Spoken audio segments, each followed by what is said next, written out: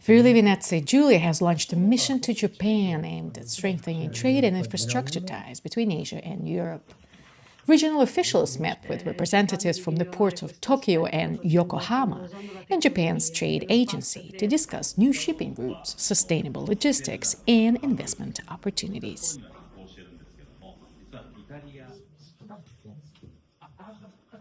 Sì, sono stati tutti incontri molto importanti perché sia noi sia il Giappone siamo alla ricerca di nuove rotte e nuovi accordi commerciali tra di noi al fine di sfruttare tutte le possibilità che questo particolare momento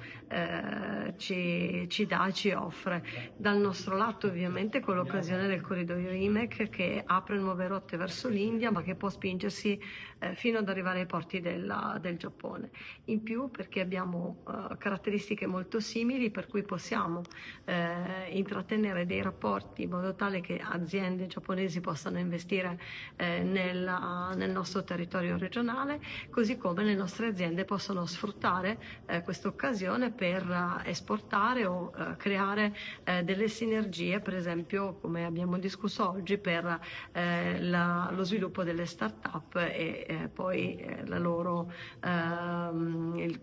ingrandirsi, insomma, e migliorare sempre di più. Quindi è stato molto interessante e sicuramente da questo nasceranno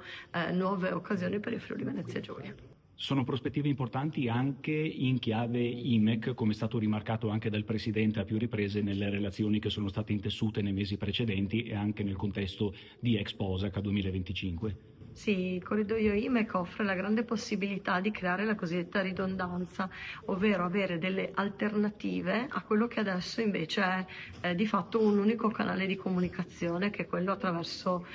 Suez, che nel momento in cui si interrompe costringe le rotte a passare per il Sudafrica e quindi a circumnavigare l'Africa, rendendo ovviamente molto costosi i trasporti e rendendo più appetibili i porti di Amburgo e di Rotterdam. Per evitare questo, avere un'alternativa toglie il monopolio ovviamente su Suez e di conseguenza dovrebbe liberalizzare il commercio e la possibilità di